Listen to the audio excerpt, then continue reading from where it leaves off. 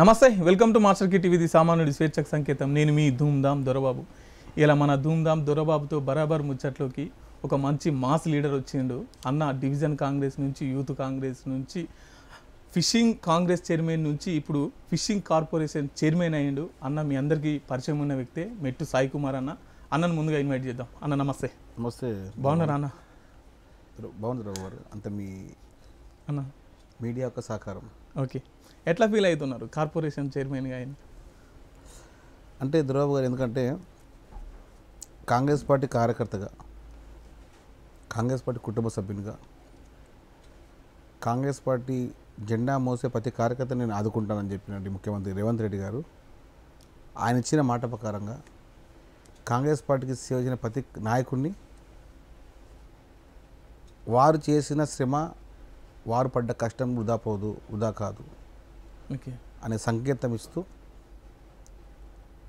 ఎవరెవరైతే కాంగ్రెస్ పార్టీ జెండా మోసారో, ఎవరెవరైతే కాంగ్రెస్ పార్టీ కోసం నిరంతరం కృషి చేశారో, ఎవరైతే కాంగ్రెస్ పార్టీ విజయం కోసం వారి యొక్క శ్రమని దారపోసి కష్టపడారో వారందరికీ ఓకే ఒక స్థానాలు కల్పించడం.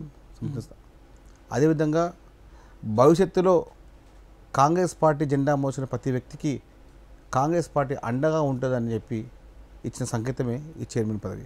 ఓకే, ఎప్పుడు వచ్చారన్నా మీరు రాజకీయాలలోకి? నేను 2007లో వచ్చాను రాజకీయాలుగా. 2007, దాదాపు 20 సంవత్సరాలు, 18 సంవత్సరాలు. 18 సంవత్సరాలు. అప్పటి నుండి కాంగ్రెసేనా? కాంగ్రెస్. ఎందుకు కాంగ్రెస్ అంటే అంత పిచ్చి?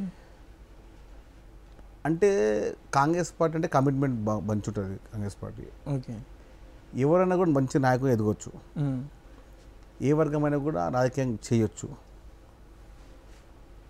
కొన్ని పార్టీల ఈ కుల వ్యక్తి రాజకీయం గట్టిగా ఎదుగుతాడు, ఈ కులం వ్యవహారం చేయగలుగుతారని చెప్పి వ్యవహారం ఉంటుండే. కానీ కాంగ్రెస్ పార్టీలో చిన్న కార్యకర్త కూడా రేపు జిల్లా అధ్యక్షుడు కావచ్చు, ఆ జిల్లా అధ్యక్షుడు రేపు రాష్ట్ర అధ్యక్షుడు కావచ్చు. ఆ స్వేచ్ఛా వాతావరణం, ఆ రాజకీయ యొక్క సౌభాతృత్వం ఓకే కాంగ్రెస్ పార్టీలో ఉంటుంది. అంటే 20 ఏళ్ళ నుంచి, అంటే గతంలో తెలంగాణ ఉద్యమం, మా తెలంగాణ స్వరాష్ట్రం కోసం అని తెలంగాణ ఉద్యమం జరిగింది. ఆ ఉద్యమంలో పార్టిసిపేట్ చేశారా మీరు? చేశానండి. ఏమని చేసినారు? చాలా మటుకు అందరు ఏమనుకుంటారు, తెలంగాణ ఉద్యమం కేవలం టీఆర్ఎస్ పార్టీ వాళ్ళు చేశారనుకుంటారు. ఆ భ్రమతోనే వాళ్ళు 10 ఏళ్ళు పరిపాలించారు. ఆ భ్రమం తొలగిపోయినాయి. మీకు తెలియదు దుర్బాబు గారు, ఉద్యమం ప్రారంభమైనప్పుడు 2009లో కాంగ్రెస్ పార్టీ నాయకులు, అప్పటికి ఎమ్మెల్యేలు, తెలంగాణ రాష్ట్ర ఎమ్మెల్యేలు, కాంగ్రెస్ పార్టీ ఎమ్మెల్యేలు, ఎంపీలు అందరూ కాంగ్రేస్ తెలంగాణ కొట్టారు. ఎమ్మెల్యేలు కూడా కొట్టారు, అసెంబ్లీలో రాజీనామా చేసి మళ్ళీ టీఆర్ఎస్లోకి వచ్చి గెలుపొందినారు. వినండి, నేను ఏమంటున్నా, చాలామంది నాయకులకు ఏమంటారంటే తెలంగాణ రాష్ట్రము కేసీఆర్ తీసుకొచ్చిండు, తెలంగాణ రాష్ట్రం కూడా అదంతా వేస్ట్ ముచ్చట. అది కాదా? కేసీఆర్ కాదా తెలంగాణ తీసుకొచ్చి తెలంగాణ కోసం పోరాడింది? 2002లో చిన్నారెడ్డి గారి నేతృత్వంలో 61 మంది ఎమ్మెల్యేలు తెలంగాణ రాష్ట్రం ప్రత్యేక రాష్ట్రం కావాలని చెప్పిన చరిత్ర లేదా? చెప్పండి, మీరు చెప్పండి. ఆ మాట అన్నందుకు 2004లో మొత్తం పొత్తు పట్టుకోలేదా? మేనిఫెస్టో తెలంగాణ రాష్ట్రం మేము పెట్టలేదా? కానీ ఒక ఎజెండా మాత్రం తెలంగాణ స్వరాష్ట్రంగా ఏర్పడాలనే దీని మీదే నిర్మాణం అయింది కదా. నేనేమంటానండి, ఇప్పుడు ప్రతిసారి కొన్ని రాజకీయ కోణాలు ఉంటాయి. ఓకే, సరే, మీరు కాంగ్రెస్ పార్టీలో ఉండి తెలంగాణ ఉద్యమం మొత్తం కాంగ్రెస్ వ్యతిరేకంగా నడిచింది కదా. మీడియా సృష్టి, అది మీడియా సృష్టి. అక్కడనే కదా. ఇప్పుడు నేను ఏమంటున్నా, తొలి దశలో తొలి దశ మళ్ళీ దశ అని చెప్పి కాంగ్రెస్ పార్టీ అధికారంలో ఉంది కదా. టీఆర్ఎస్ పార్టీకి తెలంగాణ కేసీఆర్ లాంటి ఏదో పొడుచున్నాడు అని చెప్పి మాట చెప్తున్నాను మీకు. కేసీఆర్ తెలంగాణ పేరు చెప్పి తెలంగాణ ప్రజలు మోసం చేసిండు. ఎట్లా? అరే ఎట్లా మాట్లాడతారు దుర్బాబు గారు? ఎందుకు అనండి, మీరు ఎట్లా చెప్పండి. అదే అడుగుతున్నా. విషయం చాలా ఉంది. తెలంగాణ రాష్ట్రంలో ఆంధ్రాలో వెళ్ళిపోవాలని చెప్పిన కేసీఆర్ తెలంగాణ రాష్ట్రం తెలంగాణ ఏర్పడిన తర్వాత ఎంతమంది ఆందోళన దగ్గర వేసుకున్నాండి? అంటే స్వరాష్ట్రం ఏర్పడాలి. నేనేమంటే స్వరాష్ట్రం ఏర్పడేటప్పుడు ఏమంటాడు, బాగో ఆంధ్ర, జాగో తెలంగాణ అని చెప్పిండు కదా. అదే మాట నిలబెట్టుకుంటే ఆయన నిలబెట్టుకుంటు కదా. నిలబెట్టుకోండి. ఆయన చుట్టుపక్కల అంతా తెలంగాణ ద్రోహులే కదా ఆయన పక్కన ఉన్నది. ఓకే, ఆయన ఎట్లా రాజకీయం చేసిండంటే, ఆంధ్ర కాంట్రాక్టర్లు దోచుకుంటారు తెలంగాణ అని చెప్పిన కేసీఆర్ అప్పటి టైంలో ఆంధ్ర కాంట్రాక్టర్లకే ఇచ్చిండు మళ్ళీ. సరే, ఓకే, తెలంగాణ ఉద్యమం నడిచింది, తెలంగాణ ఏర్పడింది, తెలంగాణ మేము ఇచ్చినామని ఎందుకు మీరు అధికారంలోకి రాలేకపోయినా ఇప్పుడు ఉచితంగా ఇచ్చామని చెప్పి 10 ఏళ్ల తర్వాత? అవును. ఇప్పుడు ప్రజలకు ఇప్పుడు అండి ఒక మబ్బు ఉంటుంది. మబ్బు కొంతమంది పెళ్లి మబ్బు అంటచ్చు, కొంతమంది డబ్బు మబ్బు అనొచ్చు. తెలంగాణ మబ్బు కమ్ముకుని ఉండే తెలంగాణ ప్రజలపైన. ఓకే, తెలంగాణ పదాన్ని తీసుకొచ్చి తెలంగాణ నేను పొడుస్తా, తెలంగాణ నేనే దళితముఖం చేస్తా, తెలంగాణని అమ్ముల పొదులు పెట్టుకుంటానని చెప్పిన కేసీఆర్ గారు తెలంగాణని అప్పుల పొదులు పెట్టని చెప్పి తెలిసిపోయింది. గత 70 సంవత్సరాలుగా లేని అప్పు ఇప్పట్లో వచ్చింది 5 లక్షల కోట్లు. ఏం చేసామా? కాంగ్రెస్ పార్టీ పరిపాలించింది కదా తెలంగాణ ఉమ్మడి ఆంధ్రప్రదేశ్ని. పరిపాలించినప్పుడు ఎప్పుడైనా కూడా నేరుగా 70,000 కోట్లు కూడా అప్పు లేని ఉమ్మడి ఆంధ్రప్రదేశ్లో తెలంగాణ రాష్ట్రం ఏర్పడినప్పుడు 27,000 కోట్లు మిగులు ఆదాయం తెలంగాణ రాష్ట్రంలో ఎందుకు గత 10 సంవత్సరాలుగా 5,71,876 కోట్లు అప్పు ఎందుకు అప్పు వచ్చింది? అలాంటి అద్భుతమైన కట్టలు కట్టింది ఏంది? మిషన్ భగీరథ అని చెప్పి కమిషన్లు బట్టి మీరు కదా, దాని ద్వారా ఎవరికి నీళ్ళు రాలేదంటారా? నీళ్ళు కాదు, నేనేమంటాను అంటే ఇప్పుడు 100 రూపాయలు అయిన దానికి 1,00,000 రూపాయలు పెట్టడము. ఓకే, 100 రూపాయలు అయ్యి ఖర్చుకి అంటే అంతే ఏంటంటే మూతపని అంట దాన్ని. ఇప్పుడు రోడ్డు మీద ఇడ్లీ దొరుకుతుంది, బండి పైన ఇడ్లీ తిని నువ్వు మంచిగా కడుపు నింపుకోవచ్చు. నేను కావాలని నేను 5 స్టార్ హోటల్ తింటా, 5 స్టార్ వృధా ఖర్చు ఎక్కువ పెట్టిండు. అదే అంటే నేను ఓకే, ఇప్పుడు మితం అమితం రెండు ఉంటాయి. అవును, తినే టైంకి నేను ఇట్లే తింటా, నేను అట్లే తింటా అని చెప్పి లక్షల కోట్ల పదార్థాన్ని కాంట్రాక్టర్లకు ఇచ్చి కమిషన్లు పొందిన కల్వకుంట్ల కుటుంబాన్ని తెలంగాణ రాష్ట్ర ప్రజలు బహిష్కరించారు. అది తాత్కాలికంగా 2023లో అయింది. మొత్తం సంపూర్ణంగా 2024 పార్లమెంట్ ఎన్నికల తర్వాత ఆ కార్యక్రమం మొత్తం పరిపూర్ణం అయిపోతుంది. ఓకే, ఒక 10 ఏళ్ల తర్వాత కాంగ్రెస్ పార్టీ అధికారంలోకి వచ్చింది అంటే ప్రజలు 6 గ్యారంటీలను నమ్మి ఓటేసారా, లేకపోతే బీఆర్ఎస్ పార్టీ మీద ఉన్న వ్యతిరేకతతో కాంగ్రెస్ గెలుపొందిందా? బీఆర్ఎస్ పార్టీ మీద వ్యతిరేకత ఉంటే 39 సీట్లు రాకపోతుండే. కాంగ్రెస్ పార్టీ నమ్మిరు. కాంగ్రెస్ పార్టీ యొక్క 6 గ్యారెంటీలని, సోనియా గాంధీ గారి వాగ్దానాన్ని, రాహుల్ గాంధీ గారి వాగ్దానాన్ని, రేవంత్ రెడ్డి గారి వాగ్దానాన్ని, ప్రియాంక గారి వాగ్దానాన్ని, అందరి వాగ్దానాన్ని నమ్మి కాంగ్రెస్ పార్టీకి ఓటేసి కాంగ్రెస్ పార్టీ తెలంగాణ రాష్ట్రంలో ఇస్తేనే, కాంగ్రెస్ పార్టీ ఉంటేనే ప్రజల సంక్షేమం, యువకుల అభివృద్ధి, నిరుద్యోగులకు సంబంధించినటువంటి హక్కులు పొందరని చెప్పి వచ్చింది కాంగ్రెస్ పార్టీకి వచ్చి యువకులు. ఇలాంటి నిరుద్యోగులని అమరవీలని అది హేళనించింది ఎవరు? బీఆర్ఎస్ ప్రభుత్వం కాదా? సరే, కాంగ్రెస్ అధికారికంగా అనధికారికంగా 1200 మంది చనిపోతే కేవలం 500 మంది చెప్పింది ఎవరు? ఇదే టీఆర్ఎస్ బీఆర్ఎస్ నాయకులు కాదా? సరే, వాళ్ళు చనిపోవడానికి కారణం ఎవరు? కారణం వినండి, ఇప్పుడు కారణం మాట్లాడకండి మీరు. ఉద్యమంలా యుద్ధం చేసేటప్పుడు చాలామంది యుద్ధానికి అవుతారు. అది యుద్ధం యొక్క నైపుణ్యత, యుద్ధం యొక్క పరిశీలన ఉంటుంది. మహాభారత యుద్ధంలో కారణం ఎవరని చెప్పి మాట్లాడతారా మీరు? రాముని యుద్ధానికి కారణం మాట్లాడతారా? కారణాలు చాలా ఉంటాయి, చనిపోతారు చాలా మంది. అంటే ధర్మం కోసం చేసిరని చెప్పేసి మాట్లాడతారు. ధర్మంకి అధర్మానికి ఏమంటున్నాను? తెలంగాణ రాష్ట్రాన్ని ఇవ్వాలని చెప్పినట్టు కేసీఆర్ అనుకుని సోనియా గాంధీ చేయకపోతే కేసీఆర్ ముఖ్యమంత్రి అవుతున్నా. లేట్ ఇచ్చినా కూడా ఆంధ్రప్రదేశ్ కాంగ్రెస్ పార్టీ చచ్చిపోయినా ఇచ్చినాము. ఎక్కడ ఎక్కువ ఎంపీ సీట్లు ఉన్నాయి, ఎక్కడ ఎక్కువ ఎమ్మెల్యే సీట్లు ఉన్నాయి? ఓకే, కాంగ్రెస్ పార్టీ అంటే కమిట్మెంట్. ఒకసారి మాట ఇస్తే నిలబెట్టుకుంటాము. ఓకే, అన్నాము 6 గ్యారంటీలు 100 రోజులు ఇచ్చాము. వీళ్ళకు మనుషులు అనుకుంటే, వీళ్ళు మనుషులు అయితే వాళ్ళ ఇంట్లో కూడా వాళ్ళ భార్యలు వాళ్ళు తిడుతున్నారు బీఆర్ఎస్ నాయకులని.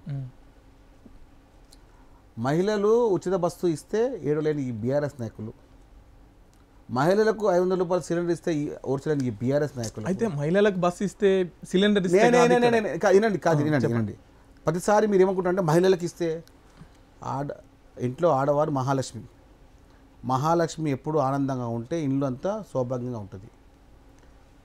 ఇంట్లో అంటారు కదా, ఆడపిల్ల ఇంట్లో ఏడుస్తే ఇంటికి అరిష్టం అని చెప్పి, ఆ ఆడపిల్లని ఏడవద్దని చెప్పి ముఖ్యమంత్రి రేవంత్ రెడ్డి గారు 500 రూపాయల సిలిండరు, ఇంటికి గృహజ్యోతి కింద 500 రూపాయలు, మహిళా బస్సు ఫ్రీ.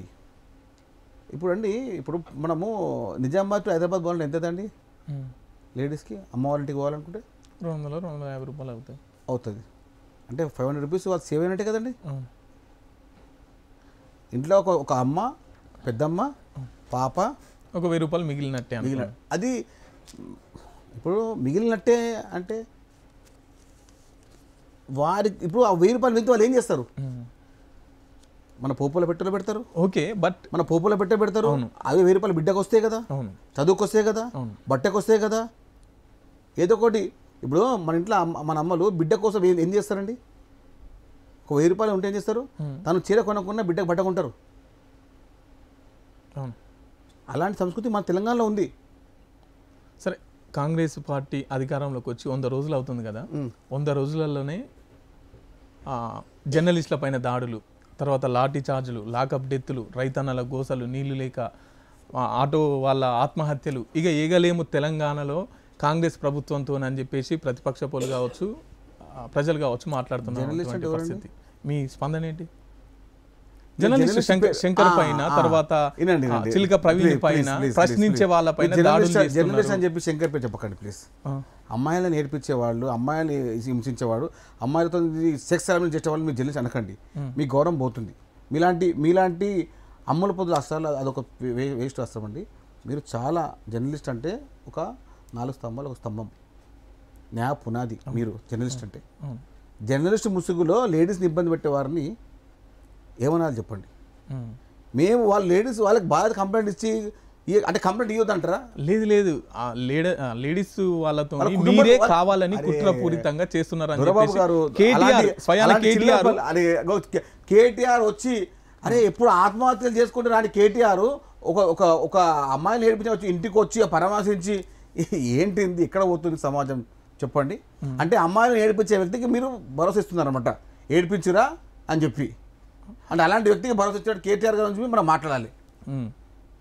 ఎప్పుడు ఆత్మహత్య చేసుకుని పరామర్శించిన కేటీఆర్ అక్కడ ఓల్డ్ సిటీలో కానిస్టేబుల్ ఆత్మహత్య కేటీఆర్ అప్పటికి ఇప్పుడు వచ్చి నేను ముట్టుకుంటా, నేను పట్టుకుంటా, నేను అండగా ఉంటా అంటే ఏం చెప్పాలి?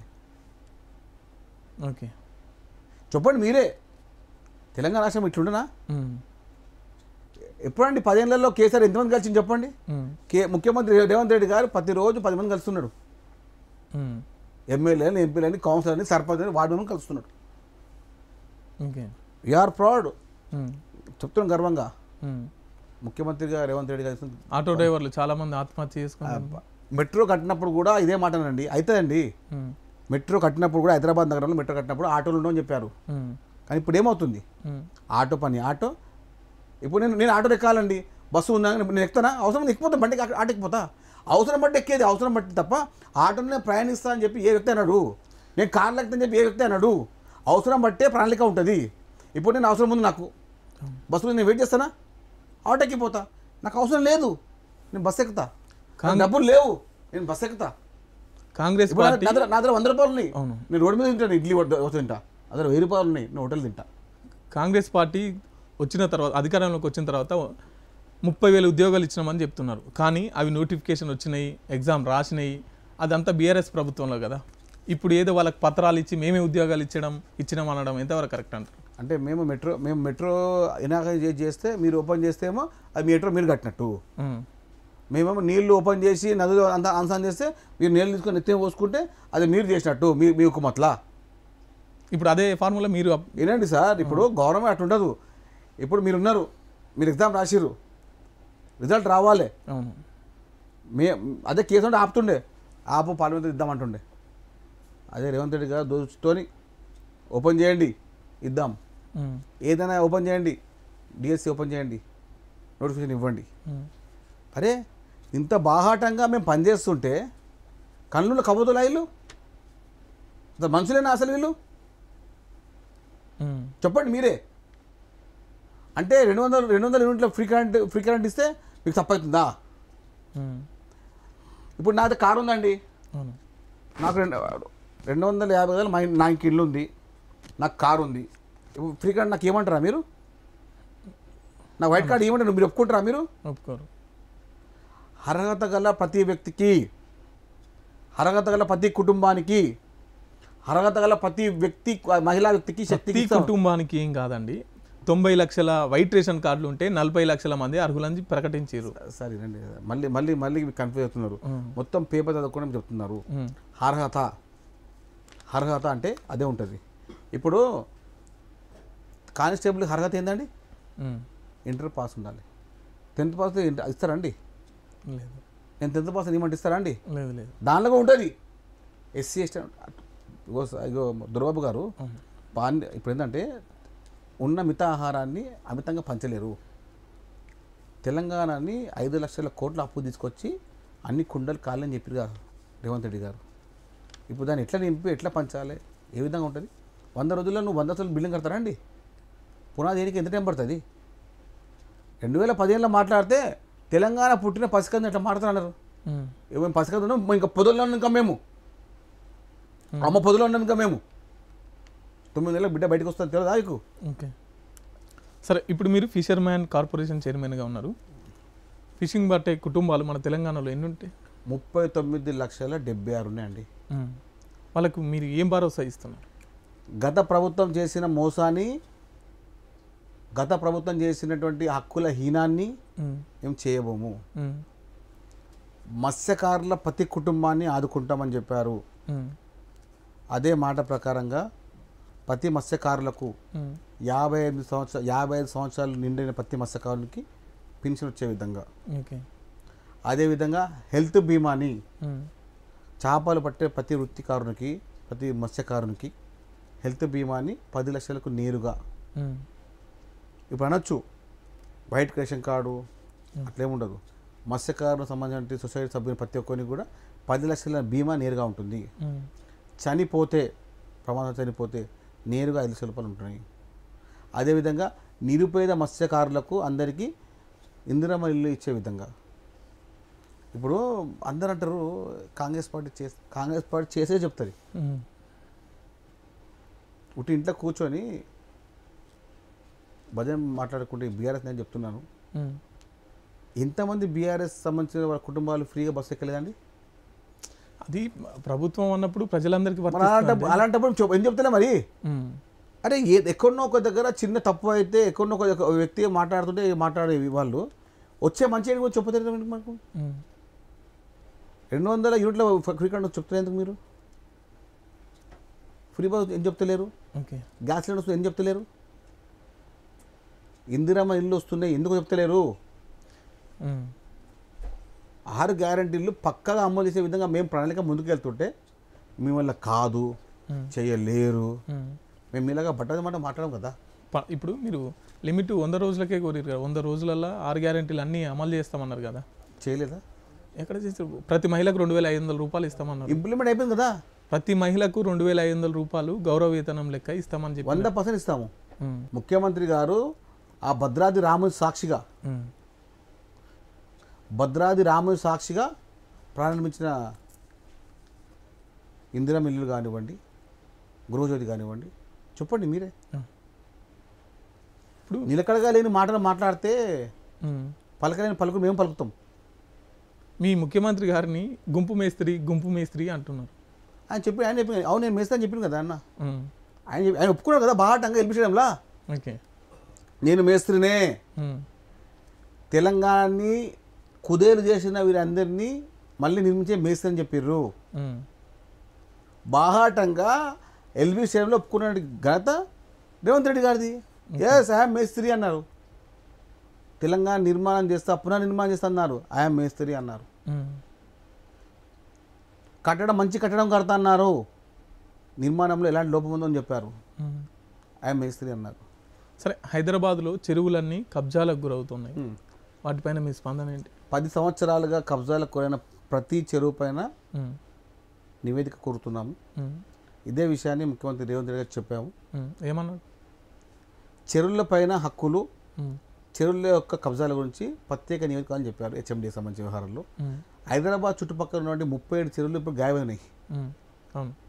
గత 9 సంవత్సరాలుగా 37 చెరువులు హైదరాబాద్ చుట్టూ పీరం చెరువు కానివ్వండి, ఓల్సీ అన్ని చెరువులు కానీ గాయపోయినాయి. ఎట్లా పోయినాయి?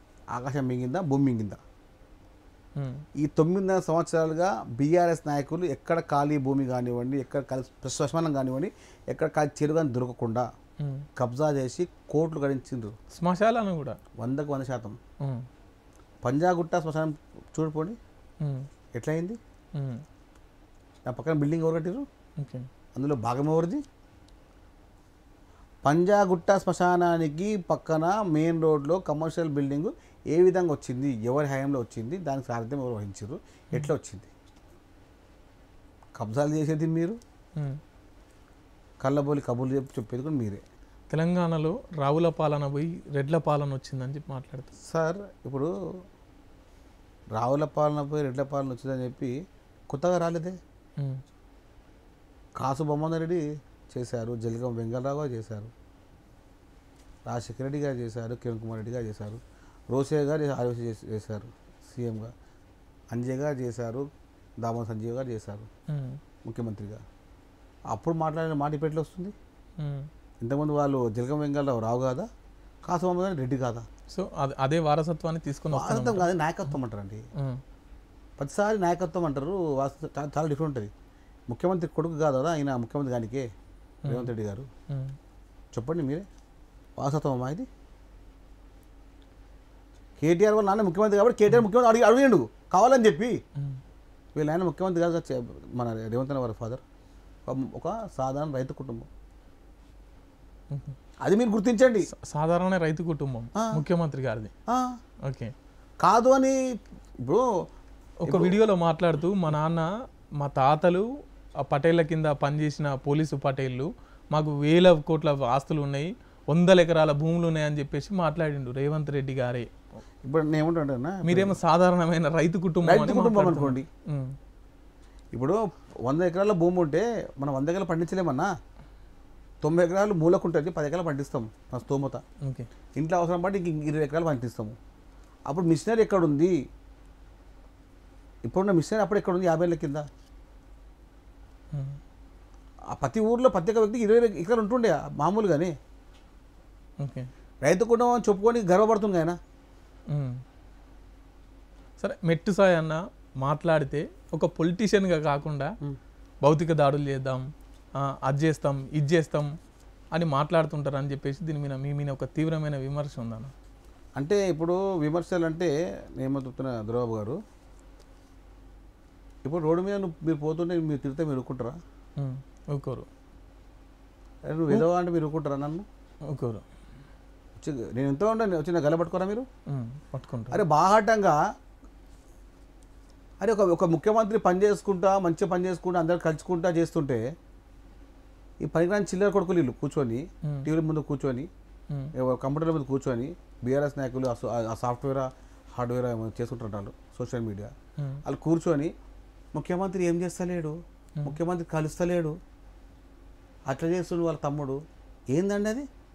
ఏంటంటే లత్తుకున్న మాటలు అవి? ఇంత చిల్లర మాటలు మాట్లాడేది. అంటే బాహాటంగా నీ బిడ్డ ఓడిపోయినప్పుడు మళ్ళీ ఎమ్మెల్సీ ఇచ్చినావు. అవును, నా కుటుంబంలో నా తప్ప ఓడిపోవడం చెప్పింది కదా ముఖ్యమంత్రి గారు రేవంత్ రెడ్డి గారు. ఆ దమ్ము ఎవరికి ఉందా చెప్పండి? ఇట్లా మాట్లాడితే అంటారు. ముఖ్యమంత్రి రేవంత్ ఏం చెప్పారు?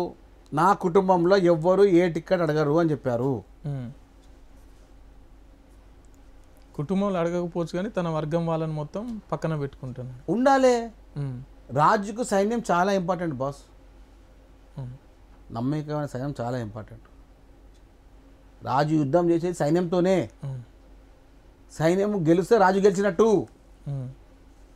సైన్యం ముందుకు పోతే రాజు ధైర్యం ఉంటుంది. సైన్యానికి భరోసా లేనప్పుడు రాజు రాజకీయం చేయలేడు. కాబట్టి సైన్యాన్ని ఏర్పాటు చేసుకుంటాడు. వర్గం కాదు, కాంగ్రెస్ పార్టీ నాయకత్వం అంటుంది దాన్ని. బీఆర్ఎస్ పార్టీ ఒక దళితుడైన బాలక సుమన్ను ఏరేసి చెప్పు చూపించినారు. అదే ఒక బహుజన బిడ్డ అయిన మెట్టు సాయిని చూపించి బూట్ చూపిస్తున్నారు. అంటే వీళ్ళకు ఘర్షణలు పెట్టించడమా ఈ పార్టీలు ఏజెండా? అంటే ఇప్పుడు ఫస్ట్ స్టార్ట్ చేసారు వాళ్ళు, స్టార్ట్ చేసిరండి. అవును, రాజకీయంగా ఏదో దాడిది పెద్దదాడి చేయకపోతే నిజమనుకుంటారు రాజకీయంగా. అవును, ఆయన రాయితం కొడితే మేము గణితం కొడతాం, ఆయన తుపాకీ వచ్చి మేము బాంబు వేస్తాం. మీరు మీడియాలో ఉండి అట్లా మాట్లాడి ఎంతవరకు కరెక్ట్ అంటారు? మేము బాంబులు వేస్తాం, తుపాకులతో కొడతాం, రాళ్లతో కొడతాం అంటే ఇప్పుడు వాళ్ళు ఏమంటారు ఇస్తాం మమ్మల్ని? అవును, ప్రభుత్వం అన్నప్పుడు కొంత సహనం, ఓపిక, ఒక పొలిటీషియన్ నాయకుడు అన్నప్పుడు ఉండాలా. మన దొరబాబు గారు అబద్ధాన్ని 100 సార్లు చెప్తే నిజమవుతుంది. అబద్ధాన్ని 100 సార్లు చెప్పే ప్రయత్నం వాళ్ళు చేస్తున్నారు. దానికి మేము ఎదురుదాడి చేయాల్సిందే. కానీ మీ పార్టీలో ఉన్న రెడ్లు ఎవరు చేయలే? మళ్ళీ మీరు క్యాష్ ఫీలింగ్ వస్తుంది. అవును, ఎస్, ఖచ్చితంగా బీఆర్ఎస్ పార్టీ అక్కడ అదే అస్త్రాన్ని ఉపయోగించింది. ఇక్కడ కాంగ్రెస్ పార్టీ కూడా ఒక బహుజన బిడ్డను తీసుకొచ్చి నాయకత్వానికి క్యాష్ ఫీలింగ్ ఎందుకు వస్తుంది? మీరు మళ్ళీ రెడ్లు ఎందుకు వస్తుంటారు మీరు? అవును, అంటే అరే కార్యకర్త పనిచేస్తారండి. ఇప్పుడు అంటే ఒక బహుజన నాయకుడు బీసీ నాయకుడు ముందు రావుతా మీకు రావాలి. కానీ ఈ దాడులు అంటే యుద్ధానికి ముంగట పెట్టి దాడులు చేయించడం ఏంటి? అంటే నేను నాయకం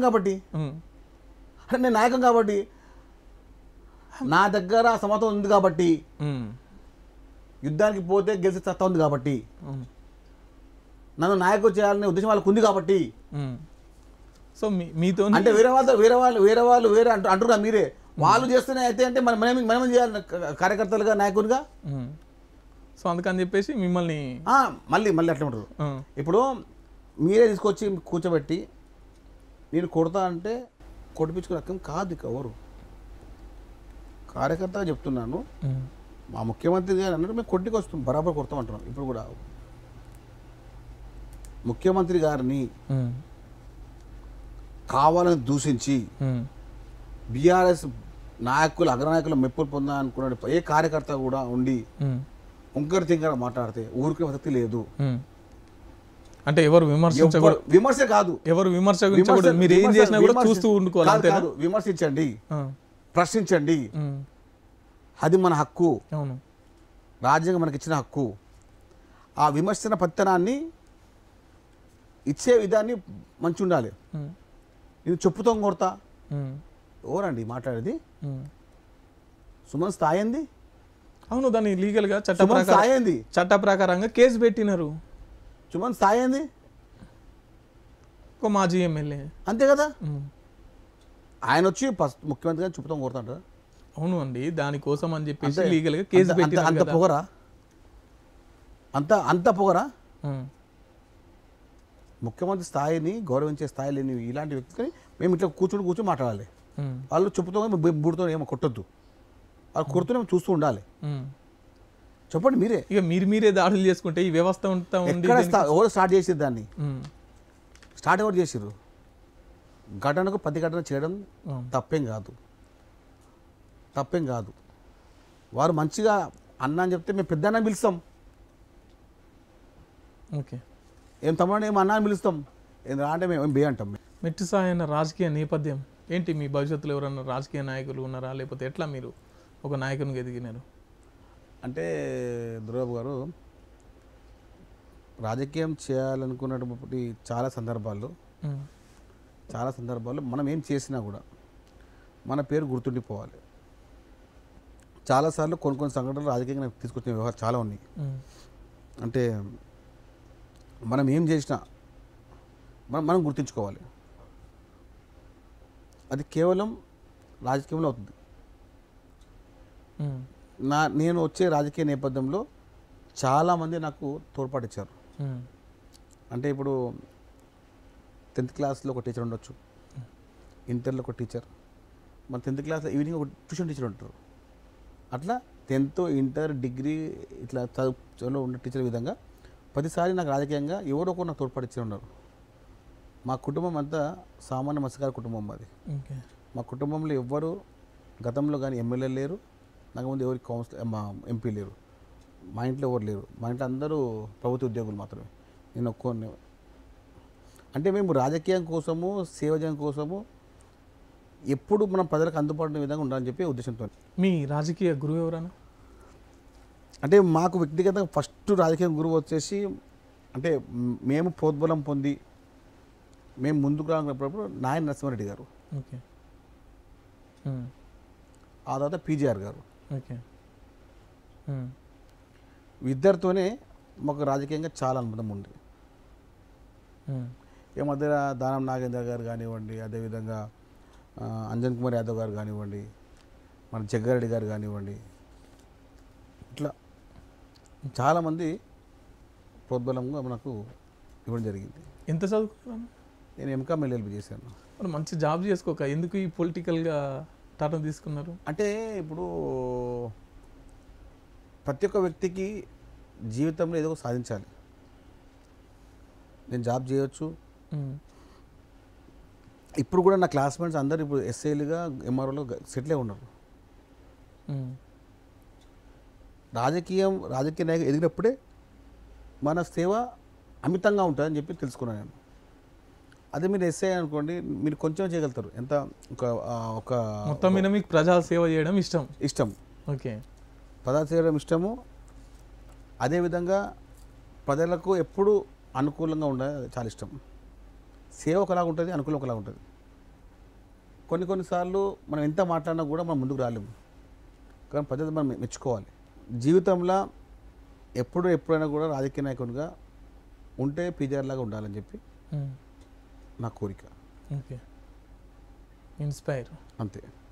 నారాయణ రెడ్డి గారు మాకు రాజకీయంగా నేర్పించినా కూడా, అంటే మా కుటుంబం దగ్గర ఉన్న కూడా పీజీఆర్ లాగా ఉండి పీజీఆర్ గారి లాగా వ్యవహారం చేస్తే అప్పటికి ఇప్పటికీ ఆయన చనిపోయిన 15 ఏళ్ళు కూడా ఆయన పేరు మంది మాట్లాడుతున్నాం. కాబట్టి మనం ఉన్నంతసేపు ఎన్నేళ్ళు బతికినామా, ఎంత ఉన్నామని కాకుండా ఎట్లా మన పేరు ఎట్లా వచ్చింది, ప్రజలు మన పేరు ఏ విధంగా గుర్తున్న విధంగా చేయడమే నా యొక్క ముఖ్య ఉద్దేశం. ఓకే, సరే. తెలంగాణలో అంటే కేసీఆర్ మీద ఉన్న వ్యతిరేకతన 6 గ్యారెంటీలో కాంగ్రెస్ జెండా ఎగిరింది. భారతదేశంలో ఎగురుతుందా? దురదృష్టవశాత్తు మళ్ళీ బీజేపీ కూడా వస్తే భారతదేశంలో దురదృష్టవశాత్తు బీజేపీ కూడా గెలిస్తే ఓకే, రాజ్యాంగం అనే పదాన్ని మనం మాట్లాడకూడదు, హక్కులు అనే విషయాన్ని మనం అడగకూడదు, నియంత్రిత పాలనకి మనమే ఆహ్వానించినట్టు, గుళ్ళపైన మసీదులపైన ఓట్లు అడిగే రాజకీయంలో కాంగ్రెస్ పార్టీ ఎప్పుడు చేయదు. దమ్ముంటే బీజేపీ నాయకులకు ఒకటే మాట చెప్పండి, ఈ ఎన్నికల్లో నెక్స్ట్ ఎన్నికల్లో మేము గ్యాస్ ధరని పెంచామని చెప్పమని ఓట్లు అడగమని చెప్పండి. వచ్చే ఎన్నికల్లో మేము డీజిల్ పెంచాము, మేము పెట్రోల్ ధరలు పెంచామని అడగమని చెప్పండి, ఓట్లు అడగని చెప్పండి. వాళ్ళు ఎక్కడిపైన ఏం మాట్లాడుతున్నారండి? గుడి కట్టాము, అది చేసాము, ఇంకేది చేసేస్తాము అంటే ప్రజలని 2 వర్గాలుగా విడిపించేసి ఒక వర్గంకి అనుకూలంగా మనం మాట్లాడిస్తే ఇంకో వర్గంపై ఏదైనా చేసుకోవచ్చు అనే వ్యవహారంలో బీజేపీ చేస్తుంది. అన్ని వర్గాలను సమతుల్యం చేసే పని కాంగ్రెస్ పార్టీ పని. అధికారం కాంగ్రెస్ పార్టీ 2024లో 100% దేశంలో కాంగ్రెస్ పార్టీ జెండా ఇండియా కూటమి ఎగురుతుంది. అందరు ఏదో మాట్లాడుతున్నారు, ఏమని మోడీ వచ్చే ప్రసక్తే లేదు, 400 సీట్లు మోదీకి అని చెప్పేసి వాళ్ళు. అదే అంటున్నా ఏమండి, మీడియాని చేతిలో పెట్టుకొని జాతీయ మీడియాని కొనుక్కొని వాళ్ళు కీలు బొమ్మలుగా మాట్లాడి రావాల్సింది ఏదో అని చెప్పకుండా వచ్చేది వస్తుంది అని చెప్పే విధంగా వాళ్ళు దాన్ని సృష్టించడమే వాళ్ళ యొక్క పని. ఓకే, సరే. బీజేపీ అంటే గుళ్ళ పేరు చెప్పి దాని పేరు చెప్పి అని చెప్పేసి మాట్లాడుతున్నాం. కాంగ్రెస్కు ఎందుకు ఓటేయాలి? దేశ రక్షణ కోసం, దేశం యొక్క ప్రజల కోసం, ఓకే, దేశంలో నివసించే ప్రతి ఒక్క వర్గాల కోసం, వివిధ రాష్ట్రాల యొక్క స్వేచ్ఛ కోసం, ప్రజలు వారి యొక్క హక్కుల కోసం దేశంలో కాంగ్రెస్ పార్టీ రావడం చాలా అవకాశం. ఉత్తరప్రదేశ్లో మీరు చూడండి ఏ విధంగా వ్యవహారం ఉంటుంది. మహారాష్ట్ర ఎప్పటిక్కడ బీజేపీ రాష్ట్రం ఉంటుందో అక్కడక్కడ దౌర్జన్యాలు అది చెప్పండి. మీరు అభివృద్ధి అనే సమస్యనే ఉండడానికి ఆ ముచ్చటే ఉంటుంది ఇక్కడ. ఓకే, రోడ్డు మధ్యలో ఈ మధ్యలో గుడి ఏమైనా ఉందా దాని మీద సృష్టించడం, కులాల మధ్య, ప్రాంతాల మధ్య, వర్గాల మధ్య, వ్యక్తుల మధ్యలో కొట్టడ పెట్టడం, అది బీజేపీకి కొట్టిన పిండి పెట్టిన నెయ్యి. అది విడగొట్టడం, పాలించడం వారి యొక్క రాజకీయ నేపథ్యం. కాంగ్రెస్ పార్టీ కాదు, అది చేయలేదు, చేయబోదు. ఓకే, రేవంత్ రెడ్డి గారితో మీకు సన్నిహిత్యం ఎట్లా ఉంటుంది? అంటే దొరబాబు గారు, రేవంత్ రెడ్డి గారు ఒక విశిష్టమైన వ్యక్తి. ఎట్లా అంటే ఒక ఎమ్మెల్యేతో ఎట్లా మాట్లాడతారో ఒక సామాన్య కార్యకర్తతో కూడా అట్లనే మాట్లాడతాడు. ఎమ్మెల్యేతో కూర్చోబెట్టి మాట్లాడి కార్యకర్త నిలబెట్టి మాట్లాడే విధంగా ఆయన చేయలేడు, ఇంతవరకు ఎప్పుడు కాదు కూడా. కొన్ని మీడియాలో మాట్లాడతాడా మీతో? సామాన్య కార్యకర్త ఇంకా నేను చెప్తున్నాను కదా, సామాన్య కార్యకర్త కూడా పిలిచి మాట్లాడే ఇప్పుడు కూడా ముఖ్యమంత్రి ఉన్నప్పుడు కూడా సామాన్య కార్యకర్త మీకు ఫోటో కూడా చూపిస్తా. ఓకే, నీకు ఫోటో కూడా చూపిస్తా. ఎందుకంటే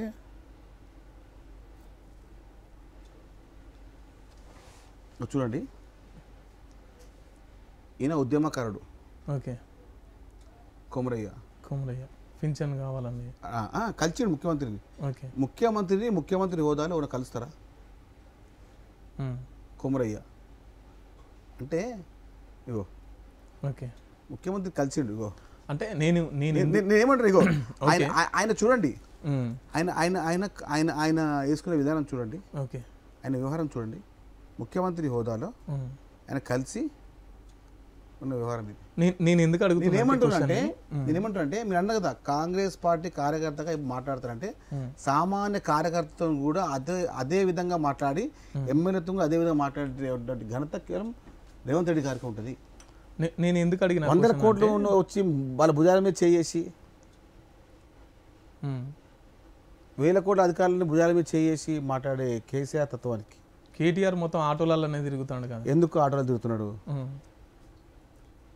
ఏదో అది చిన్న కెమెరా పెట్టి అది టీఆర్ఎస్ సంబంధించిన వ్యవహారాలు పెట్టినటువంటి ఆటోలు తిరిగేసి ఓట్ల కోసం కదా. ఎన్నో ఎందుకు ఆటోలు అగలే మరి. బెంజ్ కారు, రేంజ్ రోవర్ తప్ప ఇంకే బండ్లు ఆయన ఎక్కిండా ఎప్పుడన్నా? ఏసీ తప్ప ఏమైనా దిగిండా ఆయన? మీరే చెప్పండి. రేంజ్ రోవరు, బెంజ్ కారు, ఆడీలు అన్నీ దిగిండు కదా.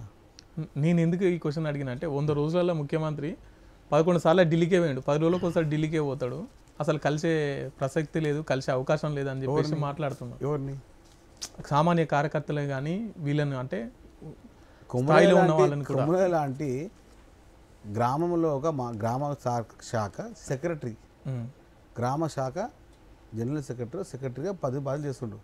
ఒక విలేజ్ జనరల్ సెక్రటరీని ఒక ముఖ్యమంత్రి కలవడం అంటే దీనికన్నా పెద్ద చెప్పండి ఏ పార్టీలో అవుతుందా? ఒక ఫోటో తీయండి 10 ఏళ్ళలో. ఎవరు మన కేసీఆర్ ఎవరిని కలిసిండు? కేసీఆర్ గురించి వాళ్ళ సంబంధించిన బీఆర్ఎస్ నాయకులు అబో దివో అని తిట్టిరు. ఓకే, ఎందుకన్నా బీఆర్ఎస్ పార్టీ అంటే మీకు అంత పగ? బీఆర్ఎస్ పార్టీ అంటే పగ కాదు, బీఆర్ఎస్ పార్టీ చేసిన మోసం పైన పగ. సో చివరిగా మా మాస్టర్ టీవీ ప్రేక్షకులకు ఏం చెప్పాలనుకుంటున్నాను ప్రజలకు? తెలంగాణ రాష్ట్రంలో కాంగ్రెస్ పార్టీని గెలిపించిన తెలంగాణ ప్రజలకు ఇది ఒక స్వర్ణయుగం. మీరు ఇచ్చిన 5 సంవత్సరాలు, వచ్చే 5 సంవత్సరాలు కూడా కాంగ్రెస్ పార్టీని గుర్తుండిపోయే విధంగా ముఖ్యమంత్రి రేవంత్ రెడ్డి గారు పనిచేస్తున్నారు. ఆయనకు మీ ఆశీర్వాదం కావాలి, మీ సహకారం కావాలి. కళ్ళబొల్లి మాటలు చెప్పే బీఆర్ఎస్ నాయకుల మాటలు మీరు నమ్మకండి.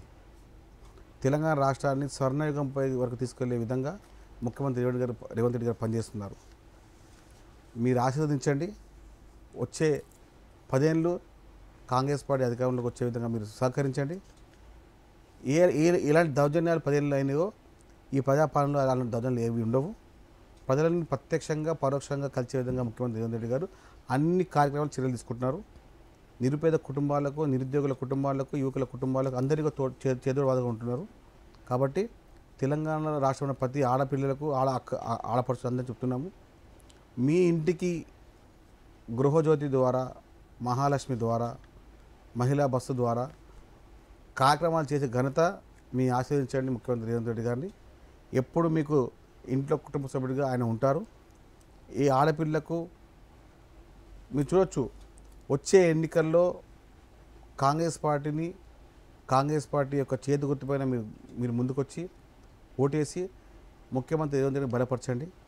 ఎందుకంటే మన స్వర్ణయుగాన్ని మనం నిర్ణయించుకోవాలి. రేపు ఎన్నికల్లో కూడా వేరే పార్టీలు ఎవరు వచ్చినా కూడా తెలంగాణ రాష్ట్రం చాలా ఆతులకునే అవుతుంది. మనము ముఖ్యమంత్రి రేవంత్ రెడ్డి గారిని బలపరిచి తెలంగాణ రాష్ట్రంలో వచ్చే పార్లమెంట్ ఎన్నికల్లో 15 పైన స్థానాలుగా గెలిపించేందుకు కోరుకుంటున్నాను. ఓకే, థ్యాంక్ యూ అన్న, మీ విలువైన సమయాన్ని మా కోసం కేటాయించినందుకు. సో చూస్తున్నారు కదండి, కాంగ్రెస్ పార్టీ అంటేనే ప్రజాస్వామ్య పార్టీ. ఖచ్చితంగా మత్స్యకారులందరికీ అందుబాటులో ఉంటాం, మత్స్యకారులందరినీ అభివృద్ధి వైపు నడిపిస్తానని మెట్సాయని చెప్తున్నటువంటి విషయం. సో చూస్తూనే ఉండండి మాస్టర్ టీవీ, సామాన్యుడి స్వేచ్ఛకు సంకేతం. Thank you.